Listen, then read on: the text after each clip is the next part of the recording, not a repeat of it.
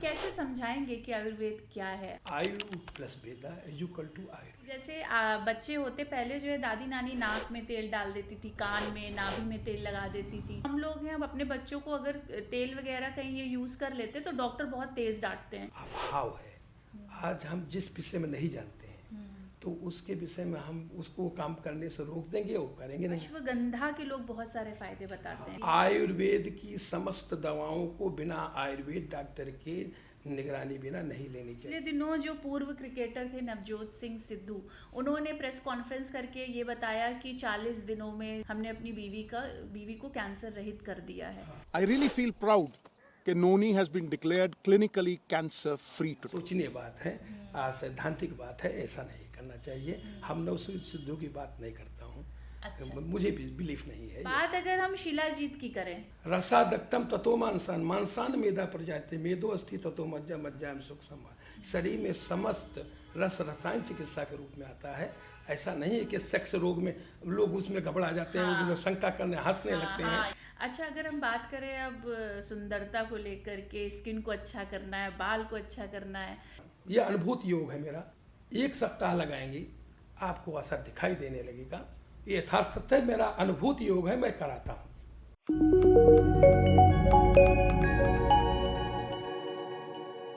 नमस्कार, सेहत podcast with Saumya में आपका स्वागत है और मैं हूं सौम्या शुक्ला। और आज बात होगी एक ऐसी चिकित्सा पद्धति पे जो 5000 साल पुरानी तो ज़रूर है, पर वो आज भी अपनी अस्तित्व की लड़ाई कहीं ना कहीं लड़ रही है। जी हाँ, आज बात होगी आयुर्वेद पे, आयुर्वेद के अस्तित्व पे और आयुर्वेद के द्वारा किए गए इलाज कितने कारगर हैं, इन सभी पे। और इसके लिए आज हमारे साथ मौजूद हैं डॉक्टर SP तिवारी। तो सर, बहुत बहुत स्वागत है आपका हमारे पॉडकास्ट में। ठीक है। कैसे हैं सर आप? बहुत अच्छे हैं। तो आज जब बात आयुर्वेद पे ही हो रही है तो सबसे पहला सवाल मैं आपसे यही पूछना चाहूँगी कि कैसे समझाएंगे कि आयुर्वेद क्या है आसान शब्दों में? आयु plus Veda is equal to Ayurveda. आयु मीन्स शरीर इंद्रिय सत्व आत्म संयोगो धार्य जीवितम इज कॉल्ड आयु। शरीर का मतलब होता है पंचभौतिक, आकाश वायु अग्नि जल और पृथ्वी, 5 महाभूत। एक स्वभाव में इंद्रिय एकादश इंद्रिया, पंच ज्ञानेन्द्रिय पंच कर्मेंद्रिय उभयेंद्रिय मन, एकादश इंद्रिया। सत्व का मतलब होता है मन, आत्मा, इनका जो संयोग होता है उसे जीवित शरीर कहते हैं। इसी की हम आयुर्वेद में चिकित्सा करते हैं। इन सब घटकों का, विषयों का ज्ञान वेदेत बोधेत इति वेदा, जिस वेद के द्वारा ज्ञान प्राप्त होता है उसे हम आयुर्वेद कहते हैं। It is the definition of Ayurveda, it is Ayurveda. अच्छा, कहा जाता है ये 5000 साल पुरानी चिकित्सा पद्धति है ये एक, तो क्यों नहीं आज तक इसको अपना अस्तित्व पाने के लिए क्यों इतनी लड़ाई लड़नी पड़ रही है? क्या वजह है इसके पीछे? कुल मिलाकर बेटा ये बात है कि पहले आयुर्वेद का प्रचार प्रसार हमारे ऋषि मुनियों ने कैसे किया, थोड़ा इसकी हिस्ट्री में जाएंगे। हमारा जब भगवान ब्रह्मा ने सृष्टि की रचना प्रारंभ की, उसी समय भगवान ब्रह्मा ने क्या सोचा, विचार किया कि सृष्टि तो मैं बना रहा हूँ, लेकिन सृष्टि में किसी प्रकार का विकार उत्पन्न ना हो या उत्पन्न हो गया हो तो उसके प्रशमन के लिए उन्होंने आयुर्वेद के विषय में सोचा, विचार किया उस समय। फिर उसके बाद ये सूत्रात्मक आयुर्वेद का ज्ञान दक्ष प्रजापति को हुआ। दक्ष प्रजापति ने यह ज्ञान अश्विनी कुमार द्वय को दिया। अश्विनी कुमार द्वय ने यह ज्ञान भगवान इंद्र को दिया। देवलोक में यह सूत्रात्मक ज्ञान स्थिर रहा। जब हमारे इस पृथ्वी लोक पर एक जनपदोध्वंस हो रहा था, जत्था रूप में नाश हो रहा था, महामारी फैली हुई थी, तो हमारे ऋषि मुनियों ऐसे नहीं बैठे रहते, उन्होंने कुछ इसके बीच विचार किया, सोचा। हिमालय की तलहटी के अंदर उन्होंने एक संसद बैठाई। तब उसमें भरद्वाज ऋषि को योग ऋषि माना गया। उन्हें यह ज्ञान आयुर्वेद का ग्रहण करने के लिए भगवान इंद्र के पास देवलोक भेजा गया। वहाँ जाकर इस सूत्रात्मक आयुर्वेद भगवान इंद्र से प्राप्त करके फिर यह ज्ञान आत्रेय पुनर्वसु को दिया। आत्रेय पुनर्वसु ने यह ज्ञान अग्निवेश, भेल, जतुकर्ण, पराशर, हारित, क्षीणपाण, इन 6 शिष्यों के माध्यम से इस ब्रह्मांड पर, इस पृथ्वी लोक पर प्रचार प्रसार किया। इस तरह से उस जमाने में आयुर्वेद का प्रचार प्रसार होता रहा। समझ में आई? जिस क्यों होता रहा, ये बड़े जत्थे में जो जनपदोध्वंस हो रहा था उसके समापन के लिए अगर कोई प्रकार का विकार उत्पन्न न हो, कोई प्रकार का महामारी न हो, उसकी चिकित्सा के लिए कि ये ज्ञान हमारे पृथ्वी लोक पर, भूलोक पर आया। उसके बाद आज वर्तमान समय में देखा जाए तो उसके बाद विलुप्त तो इसलिए होते गई कि मतलब इसका प्रचार प्रसार उस ढंग से नहीं होता, यह अभाव रहा। तो कहीं ना कहीं ये नहीं लगता है आपको कि लोगों का विश्वास भी थोड़ा आयुर्वेद पे कि देर से इलाज शुरू, मतलब जो इलाज की दवा हम देते हैं उसका असर देर में शुरू होता है, तो कुछ विश्वास नहीं लोगों का डगमगाया आयुर्वेद? डगमगाया, जिसी के कारण आयुर्वेद में चिकित्सा कराने आदमी कब आता है? जब सब जगह से फेल हो जाता है, जब डॉक्टर जवाब दे देते हैं तब हमारे पास आता है। तब ऐसे समय में अगर आयुर्वेद क्या करेगा? जब मतलब सब कुछ से लूट गया होता, शरीर क्षीण हो गई होती है, उसकी शारीरिक क्षमता बलाबल सब खत्म हुआ होता है। अगर हमारी मरीज दवा लेने के लिए सक्षम है, अगर उस अवस्था में आता है तभी तो हम आयुर्वेद सक्षम मान सकते हैं और उसको हम आयुर्वेद का कुछ सहयोग दे सकते हैं। जब हमारे पास उसके मुंह को पानी नहीं जा रहा है, ऐसे समय में आएगा तो कैसे कर्ज करेंगे? लेने की अवस्था में, खाने की अवस्था में अगर वो आता है और शुरू में आ जाता है, हमारे आयुर्वेद में एक बात बताई गई है, षड्विध क्रियाकाल, संचय, प्रकोप, प्रसर, स्थान, संश्रय, व्यक्ति, अनभेद। मतलब तुरंत रोग नहीं आता है, रोगों का, दोषों का संचय होता है, फिर प्रकोप होता है, प्रसरण की क्रिया होती है, दोष एक स्थान से दूसरे स्थान में जाते हैं, स्रोतो दृष्टि करते हैं और दोष समूचना होती है, तब रोग की उत्पत्ति होती है।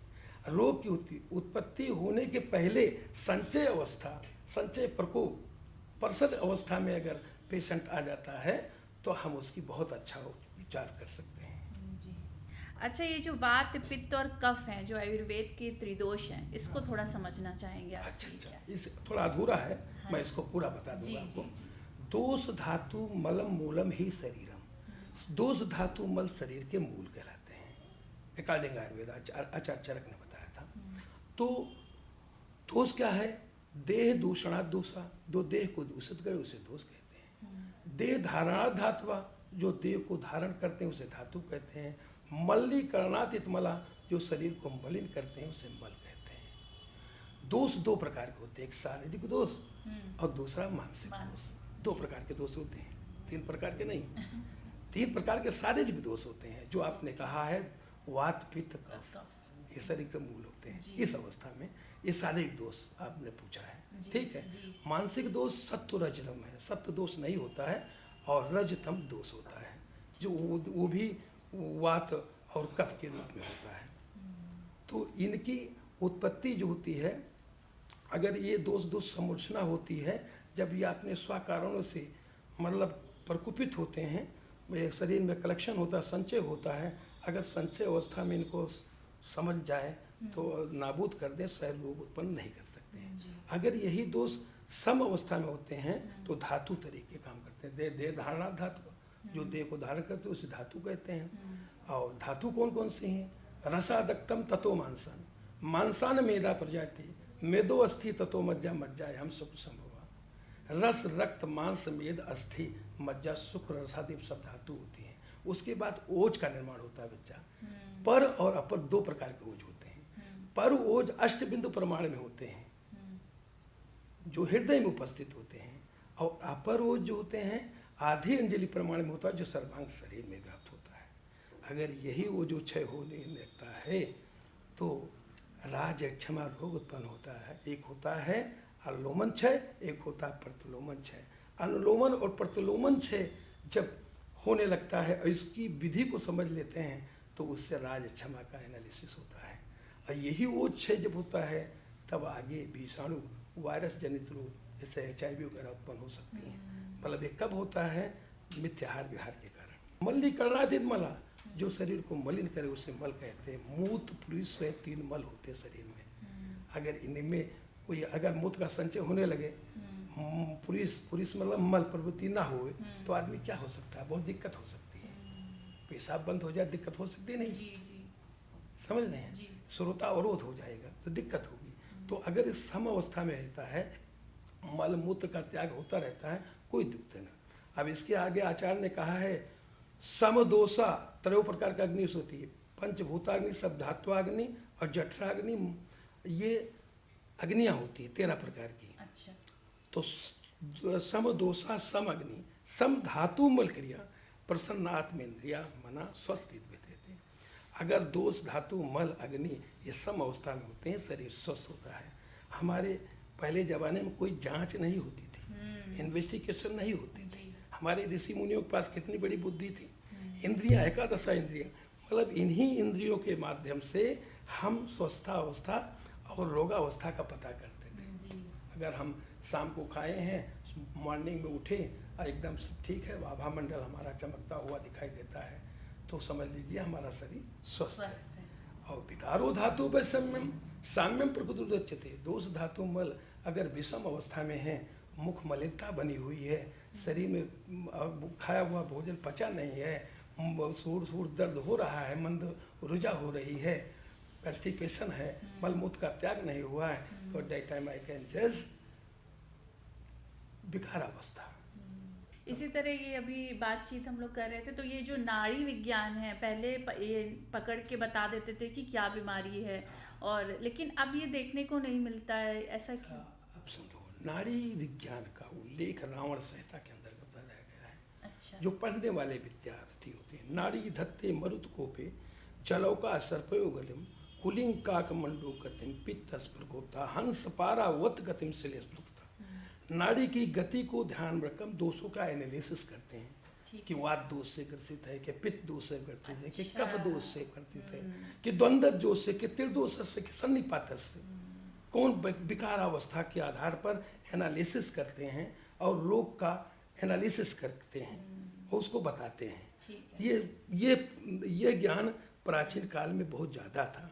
ये लुप्त होता गया क्योंकि हमारे आयुर्वेद के साथ इंटर्नशिप में 6 महीने की एलोपैथ इन्वॉल्व हुई है। अच्छा। इंटर्नशिप समझ एलोपैथ की, तो वैद्य पढ़ते तो हैं आयुर्वेद, लेकिन 6 महीने की इंटर्नशिप के बाद वो एलोपैथ करने लगते हैं, आयुर्वेद भूल जाते हैं।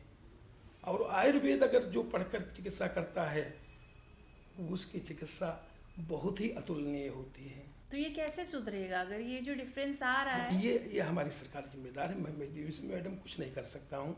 मैं आज शुद्ध आयुर्वेद का ज्ञान उसी को होगा जब हमको आयुर्वेद पढ़ाया जाएगा अच्छी तरह से। और इंटर्नशिप भी हमको उसी में? इंटर्नशिप हम तो उसी में किए हैं। हम गुजरात आयुर्वेद विश्वविद्यालय जामनगर का छात्र हूँ और वहाँ से मैंने OPD अब IPD सब पढ़ा है और इंटर्नशिप हमने एलोपैथ की भी की है, 6 महीने मैंने भी किया, लेकिन हम आयुर्वेद के ज़्यादा वरीयता दिए हैं और दे रहा हूँ, आज भी दे रहा हूँ।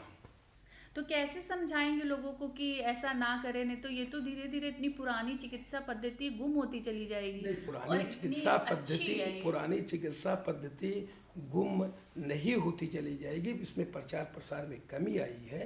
प्राचीन काल में गुरु शिष्य परंपरा थी। अब आज हमारी यूनिवर्सिटियां बन गई हैं आयुर्वेद की, अब ऐसे कोई आयुर्वेद की प्रैक्टिस नहीं कर सकता है। हमारे लिए जब रजिस्टर्ड डिग्री दे रही गवर्नमेंट, BMS दे रही, BHMS दे रही है और वो PhD दे रही है, MS MD दे रही है, तो हम उसके आधार पर एनालिसिस करते हैं। भाई इसी बात थोड़ा, हम आज मॉडर्न टेक्नोलॉजी से युक्त हैं। अब तो गवर्नमेंट ने ये भी कर दिया कि आयुर्वेद का ज्ञान एलोपैथ के भी डॉक्टर को होना चाहिए और एलोपैथ का ज्ञान आयुर्वेद के डॉक्टर को होना चाहिए। और अगर दोनों चिकित्सा मिल करके अगर जो चिकित्सा किया जाता है, अगर सरकार का यही मंशा है कि हमारी दोनों प्रकार की चिकित्सा का उल्लेख अगर एक साथ किया जाए, एक साथ मिल करके चिकित्सा किया जाए, इमरजेंसी में एलोपैथ का और एंशिएंट जो पुराने हैं लंबे रोगों के लिए हैं, तो उनके लिए आयुर्वेद का उपयोग करके अच्छी रिजल्ट ला सकते हैं। जी। अच्छा, जैसे डायबिटीज़ की अगर बात करें तो ये एक ऐसी बीमारी है कि जीवन पर्यंत आपको वो दवाएं खानी है एलोपैथ की, तो क्या आयुर्वेद में ऐसा कुछ है कि हम इसको जड़ से हटा सकते हैं डायबिटीज़? पहले निदानम परविजनम, रोग के कारण को बताया गया। आस्य सुखम स्वस्थ सुखम दधीन ग्राम म्योदक अनुप्रसा पांसी नौ नपानम गुड बैकृतम परमेय हेतु कप के सर्वम, ये परमेय के रोग के निदान है। इतने कारणों के द्वारा अगर हम गद्देदार बिस्तर पर हमेशा सोए रहेंगे, आलसी रहेंगे, बैठे रहेंगे और अच्छा मधुर पदार्थों का सेवन करेंगे। खाने में आयुर्वेद में 6 रस बताया गया, मधुर, अम्ल, कटु, तिक्त, कासा, शस्त्र, रसा, 6 रस प्रधान भोजन करना चाहिए। उनकी साम्यता ये नहीं आज मधुर रस खाते नहीं हैं, जो मधुर रस खाते हैं मधुरे रस खाते हैं, यानी को छेना रसगुल्ला चाहिए। मतलब जहाँ पर मधुर, अम्ल, कटु, तिक्त का सा रस, 6 रसों से प्रधान युक्त सबकी साम्य अवस्था होती है, सबको लेना चाहिए। और बहुत लोग बस तिक्त पदार्थ ही खाते हैं, कड़वे तीखे पदार्थ खाते हैं, वो मधुर खाते ही नहीं, उनको मधुर अच्छा ही नहीं लगता है। तो दिक्कत होगी नहीं, वहाँ दोनों को दिक्कत होगी। तो इसलिए सम अवस्था में संपूर्ण भोजन यही कहलाता है। संपूर्ण भोजन क्या कहलाता है? मतलब कि हमारे यहाँ सभी रसों को सम अवस्था में लेकर के भोजन ग्रहण करें, उसको खाएं, तो उसमें सब चीज हमको मिलेगा, सारे विटामिन, सारे मिनरल, सारे पौष्टिक घटक मिलेंगे। समझ, दूध संपूर्ण आहार कहा गया है। क्यों कहा गया है? बच्चे उस पर जन्म लेते हैं, बड़े हो जाते हैं, यौवनावस्था, प्रौढ़ावस्था को प्राप्त हो जाते हैं, क्योंकि उसमें विटामिन सी के अलावा समस्त पौष्टिक घटक दूध में मिलते हैं। विटामिन सी नहीं मिलता है, उसको हम बाहर से ले लें, और बच्चा बड़ा होकर के अंतिम अवस्था तक जाता है। अच्छा, अगर हम बात करें दादी नानी की, बच्चों की आपने बात करी, तो वो सवाल आ गया मेरे मन में कि जैसे बच्चे होते पहले जो है दादी नानी नाक में तेल डाल देती थी, कान में, नाभि में तेल लगा देती थी, लेकिन अब जो है जैसे हम लोग हैं, अब अपने बच्चों को अगर तेल वगैरह कहीं ये यूज़ कर लेते तो डॉक्टर बहुत तेज़ डांटते हैं कि आपने ऐसा क्यों किया। सुन मैडम, ये बात है कि अभाव है। आज हम जिस विषय में नहीं जानते हैं तो उसके विषय में हम उसको काम करने से रोक देंगे, वो करेंगे नहीं। नंबर 1 बात, 72,000 नाड़ियों का संबंध नाभि प्रदेश से है। नाभि पूरण, अगर इसमें वात, पित्त, कफ तीनों दोषों को ध्यान में रखकर अगर हम नाभि पूरण करते हैं तो बहुत सारे रोगों का इलाज हम कर रहे हैं। मतलब रोग हमारे शरीर में जन्म नहीं लेंगे। नाभि पूरण, कर्ण पूरण, नस्य कर्म, ये बहुत महत्वपूर्ण चीज़ है।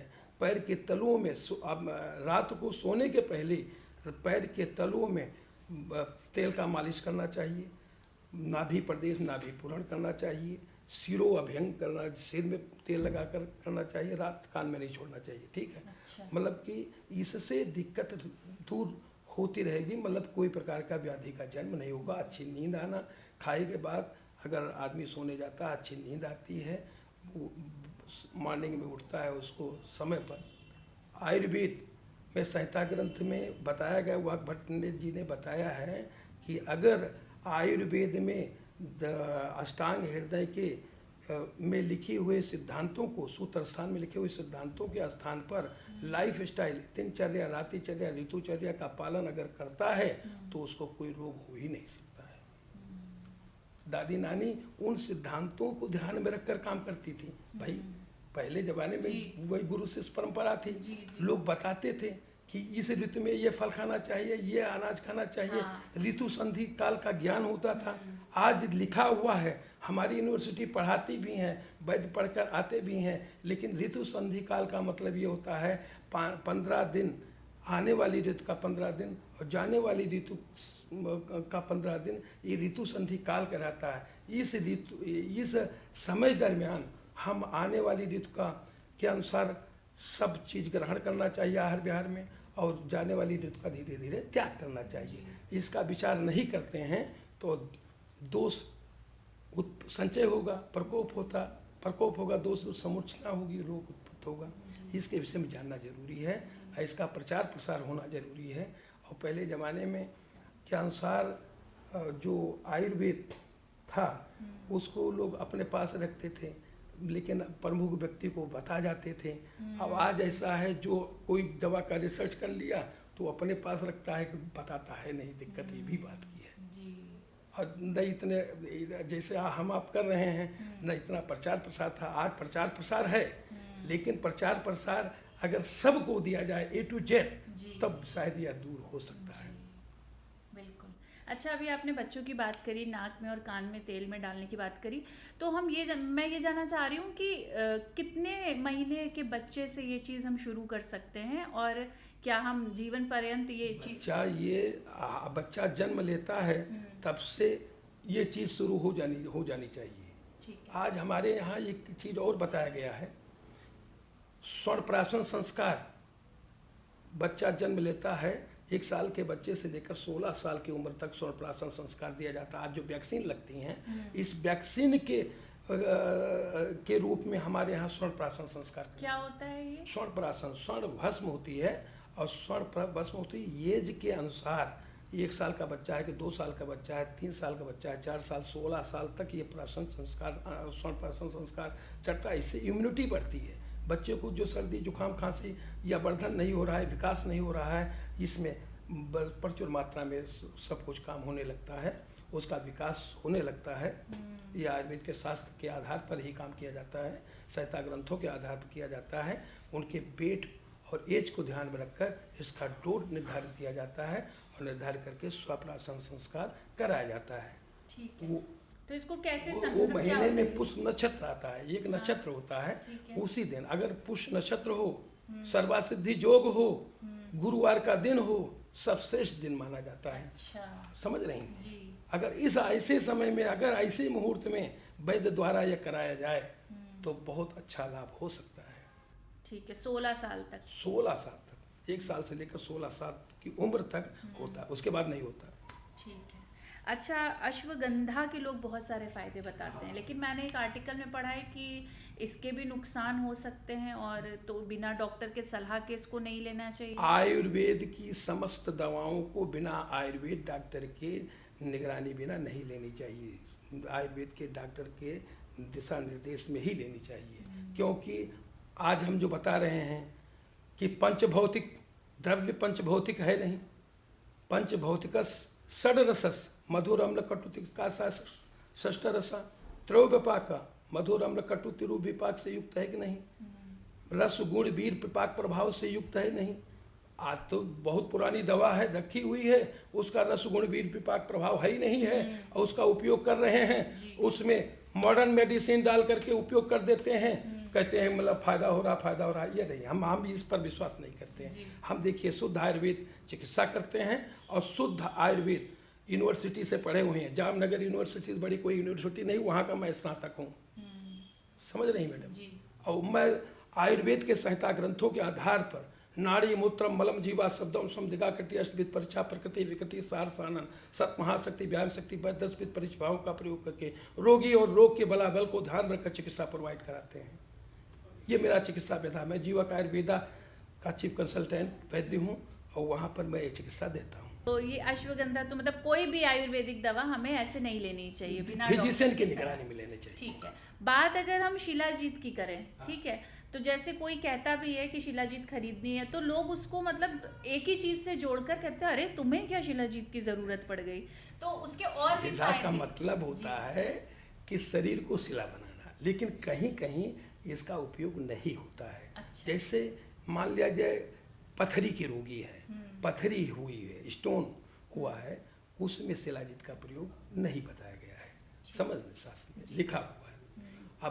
अब वहाँ पर उपयोग करोगे तो शिला और वहाँ शिला है और शिला और बढ़ती चली जाएगी, दिक्कत होगी। यहाँ तो पथरी तोड़ने की दवा देते हैं, पथरी बढ़ाने की दवा नहीं देते हैं, वहाँ पर नहीं करना चाहिए। और सेक्स रसादक्तम ततो मांसान मांसान मेधा प्रजाते मेदो अस्थि ततो मज्जा मज्जाम सुख संभाल। शरीर में समस्त रस रसायन चिकित्सा के रूप में आता है। ऐसा नहीं है कि सेक्स रोग में लोग उसमें घबरा जाते हैं, उसमें शंका करने हंसने लगते हैं, ये नगण्य है। उसके रस गुण वीर विपाक प्रभाव को नहीं जानते हैं। शिलाजीत का प्रयोग उसे ठंडी के मौसम में होता है, ये ज़्यादा अच्छा होता है। अच्छा। समझ रहे हैं? गर्मी के मौसम में नहीं करना चाहिए। जी। अच्छा, लोगों का कहना है कि आयुर्वेद इलाज अगर हम करें तो बीमारी दूर होने में बहुत वक्त लग जाता है, कितना सही है ये? नहीं, आपको प्राचीन काल में जब लक्ष्मण शक्ति मिली थी तब भी संजीवन मूल ला करके हनुमान जो है संजीवन बूटी आई और तुरंत लाभ हुआ, ऐसी बात नहीं है। पहली बात, रोग का डायग्नोसिस करने में जो निदान पंचक होता है, निदान पूर्व रूप उपसय संप्राप्ति के अंतर्गत हम वैद्य कितना अच्छे ढंग से डायग्नोसिस कर लेता है। अगर रोग की संचय और संचय प्रकोप अवस्था में है दोष, तो उसको हम उपसय के द्वारा आहार विहार के द्वारा दूर कर सकते हैं, शायद औषध ले नहीं सकते। आपका प्रश्न है अगर इसको ज़्यादा कितने समय तक ले सकते हैं, तो 28 दिन तक एक महिला को अगर मेंसेस आता है तो 28 दिन के अंतर्गत आता है। अच्छा, है में। हाँ, तो सेल लेवल पर शुद्धिकरण होता है। तो 28 दिन के अंतर्गत 21 से 28 दिन में सेल लेवल पर दवा का असर होना शुरू हो जाता है बेटा। आयुर्वेद का ठीक। हर्बल जो द्रव्य लेते हैं उसकी वाली दवाइयों तो ये लेना शुरू वो करते हैं, कोई पेशेंट पे करते हैं तो उस पर 21 से 28 दिन में अंडर टू 1 मंथ दवा का असर होना शुरू हो जाता है। और 90 से 180 दिन का कम से कम कोर्स होता है। समझ में आई बात? ठीक है। किसी मरीज का बल अच्छा है तो उसको जल्दी लाभ जल्दी होने लाभ, लगता है। ठीक। किसी का बल कम है, इम्यूनिटी डिपेंड ऑन इम्यूनिटी, सब इम्यूनिटी शक्ति के ऊपर ऑल द पैथी का उपयोग जो होता है इम्यूनिटी जो शक्ति होती है, इम्यून पावर जो होता है उसी के ऊपर डिपेंड करता है। ठीक है। अगर हमारी शक्ति मजबूत है तो जल्दी फायदा जल्दी करेगा। फायदा होगा। हाँ। अब कम है तो थोड़ा देर लगेगा। देर लगी लेकिन फायदा होगा। हमारी अग्नि अगर 5 का अग्नि मंद है तो मंद 5 का अग्नि को जब तक हम तीव्र नहीं करेंगे तब पाचन होगा नहीं। मुख से द्वारा दवा ले रहे हैं, पाचन होगा, रस गुण वीर विपाक प्रभाव में उपबंधित होगा तो उसमें रस रक्त मांस मेद अस्थि मज्जा शुक्र रसादि सब धातुओं को अस्थि धातु तक पहुंचने में थोड़ा समय लगेगा कि नहीं जी लगेगा। जी जी। तो उसी मतलब सिस्टम है इसका। ठीक है। अच्छा, अगर हम बीमारियों की बात करें तो सबसे जो घातक बीमारी है वो कैंसर को हम उसमें से एक कैंसर भी है। तो क्या कैंसर का इलाज आयुर्वेद में है? मैं कर रहा हूँ आयुर्वेद जीवक आयुर्वेदा जी। ये कैंसर हॉस्पिटल है। अच्छा। मतलब कैंसर जी जी जी। क्लिनिक है। हाँ। वहाँ पर मैं ही चिकित्सा देता हूँ। पहली बात कैंसर समझो, कैंसर होता क्या है। कैंसर एक बॉडी के अंदर सेल बनना और बिगड़ना ये प्रक्रिया चलती रहती है। अगर ये प्रक्रिया में कहीं स्रोता अवरोध हो गया, बनना बिगड़ना सेल भूल गया, जो फ्री रेडिकल सेल होते हैं जुड़ा हुआ सेल हो गया उसको अलग कोई जुड़ नहीं है, दूसरा सेल कहता है और निकालो, मतलब ये सेल प्रक्रिया चलती रहे, सेल लेवल पर काम होता है। अगर ये प्रक्रिया भूल जाता है और उसमें वो वहाँ पर दीप्त बनने लगती है, कोई ग्रोथ उत्पन्न होता है, यही कैंसर होता है। अब ग्रोथ हुआ तो वो बेनाइन है कि मतलब कि मैलिग्नेंट है। बेनाइन तब होगा जब वो कैप्सूल फॉर्म में होगा। कैप्सूल फॉर्म में अगर है तो वो ग्रोथ कैप्सूल फॉर्म में तो वो कैंसर नहीं है, वो बेनाइन है। समझ में? साधारण, इसे हमारी आयुर्वेद में साधारण भाषा में कहा गया है। हमारे आयुर्वेद में कैंसर शब्द का उल्लेख नहीं किया गया, उसे कहा गया कर्कटा अर्बुद, अनियमित आकार में। मतलब एक होता है लंबाई चौड़ाई ये एक ही हो तो कोई दिक्कत नहीं है। अगर लंबाई चौड़ाई ऊंचाई मतलब अनियमित हो जाए, हाँ, ऊबड़ खाबड़ ऐसे करके। खुरदरा, और ये चिकना होता है वो खुरदरापन होता है। एक टिश्यू दूसरे टिश्यू से कनेक्टेड होता है और बेनाइन में कनेक्टेड नहीं होता है, वो कर्कटा अर्बुद उसको कैंसर के अंतर्गत माना जाता है। हम आयुर्वेद में उसे कर्कटा अर्बुद कहते हैं, हम उसकी चिकित्सा कहते हैं। ग्रोथ बनने की प्रक्रिया को रोकने के लिए हम कोशिश करते हैं, गारंटी नहीं लेते हैं। गारंटी इस ब्रह्मांड पर कोई रिकग्नाइज डॉक्टर नहीं ले सकता है जो रजिस्टर्ड है। जी। कोशिश कर सकते हैं, जी। आगे भगवान धन्वंतर के ऊपर डिपेंड करता है, हम कोशिश ही कर सकते हैं। अगर ये एलोपैथी चिकित्सा के साथ आयुर्वेद की चिकित्सा सहायक के रूप में उपयोग करते हैं तो उसको सहयोग मिल सकता है। जी ये मेरा मानना है, दूसरे की बात नहीं करता हूँ। जी जी जी। अच्छा, जैसे कीमोथेरेपी चल रही है, हाँ। तो क्या साथ में हम आयुर्वेद का इलाज? बिल्कुल कर सकते हैं। जी। आयुर्वेद में जो इम्यूनिटी शक्ति होती है, उस इम्यूनिटी शक्ति उसको आयुर्वेद प्रोडक्ट द्वारा अगर हम देते हैं, दवाइयाँ देते हैं तो उसको एक अच्छा रिस्पॉन्स मिल सकता है। उसके द्वारा जो साइड इफेक्ट होते हैं कीमोथेरेपी के द्वारा, कीमोथेरेपी का मकसद होता है साथ नहीं कैंसर सेल को जलाना। कैंसर सेल का गुड सेल होते हैं वो भी जलने लगते हैं, लेकिन आज मॉडर्न टेक्नोलॉजी में कहा गया है कि जो हम कीमोथेरेपी देते हैं वो मात्र कैंसर सेल को ही जलाते हैं, ना कि दूसरे सेल को। लेकिन ये कहना तो अलग चीज़ है, लेकिन हमको केस हम देखते हैं तो उसमें मेटास्टेसिस मिलती है। अगर कैंसर सेल को जलाते हैं तो मेटास्टेसिस आगे नहीं होनी चाहिए, लेकिन फिर भी मिलती है। इससे हम कह सकते हैं कि यहाँ पर अभी तथ्य पूर्ण रूप से सही नहीं है। हम अपना अनुभव बता रहे हैं जी जी जी। कि हमको मिले हैं इसे। अच्छा, ये पिछले दिनों जो पूर्व क्रिकेटर थे नवजोत सिंह सिद्धू, उन्होंने प्रेस कॉन्फ्रेंस करके ये बताया कि 40 दिनों में जो है हमने अपनी बीवी को कैंसर रहित कर दिया है। लेकिन उसके बाद उन्हें नोटिस जारी हुआ और उन्होंने अपने जो है कदम पीछे कर लिए और बोल दिया कि ऐसा कुछ नहीं है, एलोपैथ के साथ मैंने इलाज किया और ये सहायक एक हमारा इलाज रहा आयुर्वेद का। तो इस पर क्या कहेंगे आप, क्या कहना है? भाई ये लोग अब 40 दिन में कैंसर खत्म हो गया, फिर अपना वक्तव्य वापस ले लिया, ये हमें थोड़ा असोचनीय बात है, सैद्धांतिक बात है, ऐसा नहीं करना चाहिए। हम नवजोत सिद्धू की बात नहीं करता हूँ।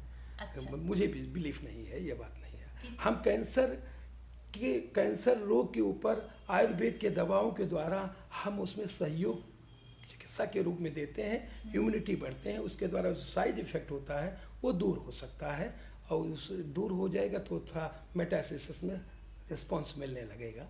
ये सा हम कह सकते हैं, हम कोशिश कर सकते हैं, हम मैडम गारंटी नहीं ले सकते हैं, और गारंटी रिकग्नाइज डॉक्टर कोई नहीं ले सकता है। आज मॉडर्न डॉक्टर है, सर्जन है, क्या वो ऑपरेशन करता है तो गारंटी लेता है? नहीं लेता है। कंसाइन फार्म पर पहले साइन कराता है, कौन गारंटी हमारी गारंटी इसलिए नहीं ले सकते हैं, जीरेते सीरेते शरीरम, जिस शरीर की उत्पत्ति होती है उसका विनाश होता है, ये मृत्यु लोक में है, इसमें मरना सबको है। लेकिन भगवान ने जितने दिन के लिए आयु दिया है उतने दिन स्वस्थ रहे, यही सच्ची चिकित्सा है। हिताहितम सुखम दुखम आयुस्तहिताहितम मानम च तत्चा यत्रोक्तम आयुर्वेदा समझते। हितकर अहितकर दुखकर सुखकर आयु 4 प्रकार की होती है। अहितकर को हितकर बनाने के लिए, दुखकर को सुखकर बनाने के लिए चिकित्सा कहता है। परमात्मा ने जितने दिन के लिए आयु दिया है उतने दिन स्वस्थ रहे, यही सच्ची चिकित्सा है, यही यथार्थ है। समझ में आई बात? जी। अच्छा, अगर हम बात करें अब सुंदरता को लेकर के, स्किन को अच्छा करना है, बाल को अच्छा करना है, तो आयुर्वेद को लेकर के बहुत सारे प्रोडक्ट मार्केट में आ गए, ऑर्गेनिक प्रोडक्ट हैं, ये आयुर्वेदिक जो है शैम्पू है, इसको यूज़ करिए, तो कहाँ तक सही है, ये कितना सही है? बेटा ऐसा है, आयुर्वेद के जो सिद्धांत दिए गए हैं, आयुर्वेद के सिद्धांतों के आधार पर जो ब्यूटी के लिए शैम्पू है, क्रीम है, ये सब बनी है, हर्बल के रस गुण वीर विपाक को ध्यान में रखकर तो ठीक है। अगर इसके सिद्धांतों का केवल उपयोग किया गया है, नाम लिखा गया है, और उसमें रस गुण वीर विपाक प्रभाव प्रभावित नहीं है, मात्र उसका नामकरण करके एलोपैथ का प्रयोग कर दिया गया है, तो वह हम उसकी विषय में कुछ कह नहीं सकते हैं। ठीक है। अच्छा, सबसे अच्छी स्किन के लिए कौन सी, क्या रहेगा उपाय? आप हम बता रहे हैं जी। सबसे अच्छी चीज अगर करना चाहते हैं, लेकिन ये प्रकृति विकृति को ध्यान में रखकर वैद्य ही निर्धारित कर सकता है। ये आपको हम अमूमन कॉमनली बता सकते हैं। एक झाई होता है कि मतलब मुख की आँख के चारों तरफ एरियोला झाई हो जाता है, काला धब्बा पड़ जाता है, ये हार्मोनल डिसऑर्डर के कारण होता है। लेकिन स्किन के लिए मैं बता दे रहा हूँ कि बादाम लीजिए, 2 पीस बादाम, यह अनुभूत योग है मेरा, 2 पीस बादाम, दूध की मलाई प्लस गुलाब की पत्ती सम भाग में लेकर के पीस करके पेस्ट बना लें, और चेहरे पर और काले भाग के ऊपर, काले धब्बे के ऊपर लगाएं, और लगा करके उसको सूखने दें। जब सूख जाए तो उसको चने के बेसन से उसको साफ करें, साबुन का इस्तेमाल ना करें। उसके बाद कुमकुमादी तेल है, उसको कुमकुमादी तेल उसको लगाएं, और आप 1 सप्ताह लगाएंगे, आपको असर दिखाई देने लगेगा। ये यथार्थ सत्य मेरा अनुभूत योग है, मैं कराता हूँ जी। ये बहुत महिलाएं हमसे जुड़ती हैं उसके लिए, मैं आपसे बता, बहुत काम आने वाला है, बहुत काम आने है हर दर्शकों को। मैं दर्शक से प्रार्थना करता हूँ इसका उपयोग करें, उनको कोई साइड इफेक्ट नहीं होगा। बादाम, अच्छे बादाम ले लीजिए, अच्छी क्वालिटी वाला, कीड़े मकोड़े से रहित स्वस्थ बादाम ले, दूध की मलाई, अगर दूध गाय का दूध हो उसकी मलाई लें तो ज़्यादा है, ये पन्नी वाला। अच्छा, बादाम भिगो के कि वही साबुत, मतलब ऐसे ही बादाम यूज करें? बादाम साबुत करके उसको भिगो दें, उसको पीस डालें, कोई दिक्कत नहीं है। ठीक है। अच्छा, अब बालों की भी बहुत समस्या है, तो उसके लिए क्या आज बालों के लिए बेटा ऐसा है, बाल क्यों होता है, वात पित्त की विशेष विकृति होती है। हम उसमें फिर मरीज का एनालिसिस करेंगे, नाड़ी मूत्र मलम जीवाश्रित परीक्षा करके हम देख करके और एनालिसिस करेंगे कि इसमें कौन सा दोष व्याप्त है। दोष व्याप्त है, उस दोष का एनालिसिस करेंगे, बात खालित पालित एक रोग होता है। खालित पालित रोग, बाल का झड़ना और पकना, असमय में बाल का झड़ना, बाल का पकना दोनों जो होता है हार्मोनल डिसऑर्डर के कारण वात पित्त की विकृति होती है तो होता है। अच्छा, समझ में आई बात? अब उसमें कौन सा दोष विकृत है, कौन सा दोष विकृत नहीं है, इसको देखना पड़ेगा। देखने के बाद ही बता हाँ, देखने सकते के बाद ही बता सकते हैं और उसको अच्छा उचित चिकित्सा दे सकते हैं। ठीक है। अच्छा, एक फटाफट आपके साथ रैपिड फायर खेलेंगे हम। कुछ क्वेश्चंस हैं हमारे पास, मैं आपसे पूछूंगी, आप उसका हाँ या ना में जवाब दीजिएगा, ठीक है? तो सबसे पहला सवाल है कि आयुर्वेद से कैंसर ठीक हो सकता है? कैंसर ठीक तो नहीं हो सकता है, लेकिन उसमें कुछ सहयोग हो सकता है। ठीक है। गौमूत्र से इंसान की किडनी खराब हो सकती है? गौमूत्र से इंसान की किडनी खराब हो सकती है? हाँ। नहीं। कच्ची हल्दी बिना आयुर्वेदाचार्य की सलाह के खाने से लीवर खराब हो सकता है? बिल्कुल। नीम की पत्तियां अगर जीवन भर खाते रहते हैं तो कभी कैंसर नहीं हो सकता है? लेकिन 2 महीना छोड़ दें। अच्छा। 2 महीना छोड़ दें। नीम की पत्ती एंटी कैंसरस ड्रग है और 2 महीना ये जो श्वास के रोगी होते हैं, ये दिसंबर और जनवरी महीना 2 महीना नीम का शीत असर होता है और इसमें कफ दोष बढ़ने की वो होती है, दिक्कत होती है। ये 2 महीना छोड़ करके आप ले सकते हैं। सोशल मीडिया से नुस्खा देखकर इलाज शुरू करना कितना घातक हो सकता है? बहुत। इसके विषय सोशल मीडिया पर चिकित्सा करना नहीं चाहिए। अगर अच्छा वैद्य है तो नहीं करना चाहिए। वैद्य की अच्छा आदमी है तो नहीं करेगा, विद्वान है, पढ़ा लिखा आदमी है। हमेशा आयुर्वेद औषध का प्रयोग चिकित्सा में लाने के लिए वैद्य से परामर्श करना जरूरी होती है। कारण कि प्रकृति विकृति सार सानन सत महाशक्ति व्यायाम शक्ति वै 10 विध परिचय भावों का प्रयोग करके रोगी और रोग के बलाबल को ध्यान रखकर चिकित्सा प्रोवाइड कराते हैं। तो आपका एक क्वेश्चन रह गया, आपने पूछी नहीं और मैं बता रहा हूँ। हाँ जी, बताइए। कौन क्वेश्चन नहीं पूछी? आप अपने बताएं। पंचकर्म चिकित्सा के विषय में पूछिए। हाँ जी, बताइए। आप नहीं पूछा? हाँ, हैं? दिमाग से निकल गया मेरे। प्लीज बताइए, पंचकर्म जो थेरेपी होती है ये क्या है? पंचकर्म चिकित्सा मैडम जी आयुर्वेद की एक शोधन चिकित्सा है।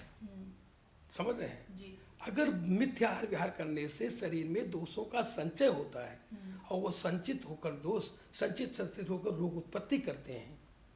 जैसे हम कपड़ा धोते हैं, गंदा हो जाता है, वैसे शरीर की अंतः शुद्धि किया जाता है। पंचकर्म शोधन चिकित्सा वह होता है कि बॉडी के अंदर जो टॉक्सिसिटी डिपॉजिट होती है, डिपॉजिट टॉक्सिसिटी को बाहर निकालने के लिए जिस चिकित्सा विधा का प्रयोग किया जाता है उसे शोधन चिकित्सा विधा कहते हैं। उसी को पंचकर्म चिकित्सा तरीके आयुर्वेद में बताया गया है। ठीक है। बमनम आचार्य चरक ने क्या कहा है? बमनम रेचनम नस्यम निरूह अनुवासन मेतान पंचकर्माण कथितान विसर्ग ईसनम स्वजनम पूर्वभार।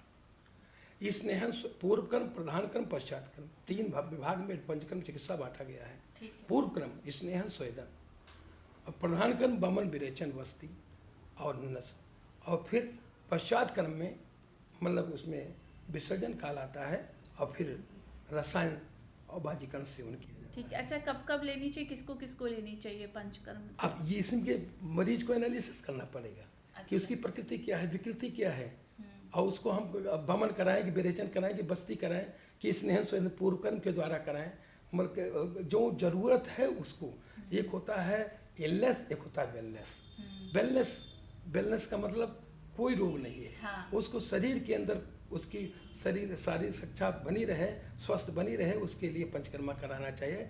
साल में 2 बार, नहीं तो 1 बार जरूर कराना चाहिए। और मान लिया जब इलनेस है, कोई रोग से ग्रसित है, तो उसको एनालिसिस करके फिर उसके ऊपर जो खंडात्मक चिकित्सा होती है पंचकर्म को वो कराना चाहिए। अगर वात का बढ़ा हुआ है तो वात की चिकित्सा बस्ती चिकित्सा है। कफ की चिकित्सा बमन चिकित्सा है और पित्त की चिकित्सा विरेचन चिकित्सा है। किसको विरेचन कराना जरूरी है, किस रोग में कराना जरूरी है, और किसको बमन कराना जरूरी है, किसको विरेचन कराना जरूरी है। बमन कफ दोष बढ़ा हुआ है तो बमन, पित्त दोष बढ़ा हुआ है तो विरेचन, और बस्ती वात बढ़ा हुआ है तो बस्ती, मतलब जैसे शरीर में वात बढ़ा हुआ है, अंता बढ़ा हुआ है, तो बस्ती चिकित्सा प्रधान चिकित्सा है आयुर्वेद की शोधन चिकित्सा में। ये मूल कारण है। 50% रोगों की चिकित्सा में बस्ती चिकित्सा। हम अगर जैसे पेड़ के मूल में शक्ति डालते हैं, पानी डालते हैं, उसका शिखर तक पहुंचता है, उसी प्रकार बस्ती चिकित्सा से हम उसको दूर कर सकते हैं, आधी चिकित्सा दूर कर सकते हैं। आज खासतौर से 2 चिकित्सा हम आपको बता रहे हैं आयुर्वेद की बहुत बड़े। आज टेस्ट ट्यूब बीबी जिसको इनफर्टिलिटी दूर करते हैं। जी। आयुर्वेद में फीमेल इनफर्टिलिटी होती है, मेल इनफर्टिलिटी होती है। जी, जी। तो ऐसे समय में वो IVF कराते हैं, लेकिन हाँ, फिर भी IVF इतना रुपया खर्च होने का कारण मामला ठीक नहीं हो हाँ, पाता हाँ, है, हाँ। सक्सेस नहीं हो गारंटी पाता नहीं है, होती है गारंटी इसमें। नहीं जी, होती जी। है। आयुर्वेद में उससे कम पैसा में अच्छी चिकित्सा हम दे सकते हैं। हम दे सकते हैं, ये हो सकता है, हम कोई जरूरी नहीं है अपने पास मरीज बना रहे हैं। हाँ, ये हाँ। होता है। हाँ। एक आचार्य चरक ने कहा, उत्तरेण मार्गेण दीयमाना बस्ती उत्तर बस्ती। यह संहिता ग्रंथ में लिखा, मैं अपने आप नहीं बोल रहा हूँ, मैं पढ़ा हूँ, एनालिसिस क्या कराता हूँ। उत्तरेण मार्गेण दीयमाना बस्ती उत्तर बस्ती। उत्तर मार्ग के द्वारा दीयमाना बस्ती उत्तर बस्ती। महिलाओं में 2 मार्ग होते हैं, एक मूत्र मार्ग होता है, एक गर्भाशय मार्ग होता है, योनि के द्वारा गर्भाशय मुख होता है, उसके द्वारा दवा डाली जाती है। जैसे PCOD PCOS के मरीज ज़्यादा है, फालोपियन ट्यूब ब्लॉकेज ज़्यादा होते हैं, समझ रहे हैं, इंटोमेट्रोसिस ज़्यादा होती है, इंटोमायोसिस ज़्यादा होते हैं, ट्यूबरकुलोसिस गांठें होती हैं। ऐसे समय में अगर उपलब्ध है तो उसको कंसीव नहीं होगी, उसके पीरियड अनियमित होंगे। तो इन सब व्याधियों को दूर करने में हमारी उत्तर बस्ती का प्रयोग अगर करते हैं, उत्तर बस्ती चिकित्सा का प्रयोग करते हैं, बहुत अच्छा लाभ हो सकता है और बहुत अच्छा रिजल्ट मिलता है। हम तो सभी वैद्यों से ये अनुरोध करते हैं कि इसको पढ़ो और पढ़ करके उसका उपयोग करो। हर चीज़ पढ़ा जाता है। आज एक डॉक्टर सर्जन ऑपरेशन करता है तो उस सर्जरी के लिए पढ़ता है, आज पढ़ना पड़ता है। आयुर्वेद में दिन पर दिन पढ़ना पड़ता है।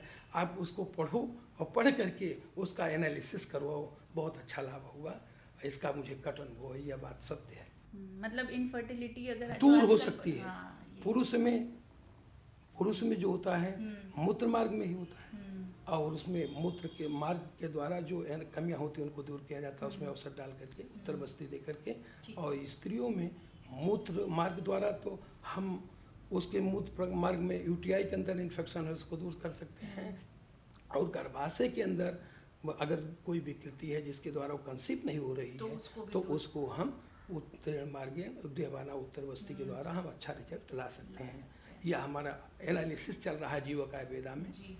इसके बाद इसके विषय में जीवक आयुर्वेदा बहुत अच्छा काम करा रहा है, मैं उसका कर रहा हूँ। ठीक है, okay, thank you so much doctor. बहुत अच्छा लगा आपसे बात करके, बहुत सारी नई बातें हमें जानने को मिली और हम उम्मीद करते हैं कि हमारे दर्शकों को के भी मन में जो भी सवाल थे आयुर्वेद को लेके वो अब क्लियर हो चुके होंगे। Thank you so much doctor. तो ये थे डॉक्टर SP तिवारी जी, जिन्होंने हमें आयुर्वेद को और करीब से समझने का मौका दिया और करीब से जानने का मौका दिया, और हमारे सभी सवालों का जवाब बहुत ही आसान भाषा में हम तक पहुंचाने की कोशिश करी। तो हम उम्मीद करते हैं कि आप सभी को हमारा आज का पॉडकास्ट अच्छा लगा होगा, और अगर अच्छा लगा है तो इसे लाइक और शेयर करना ना भूलें, और साथ ही हमारे चैनल को सब्सक्राइब करें। फिलहाल के लिए इतना ही, जल्दी फिर मिलेंगे। नमस्कार।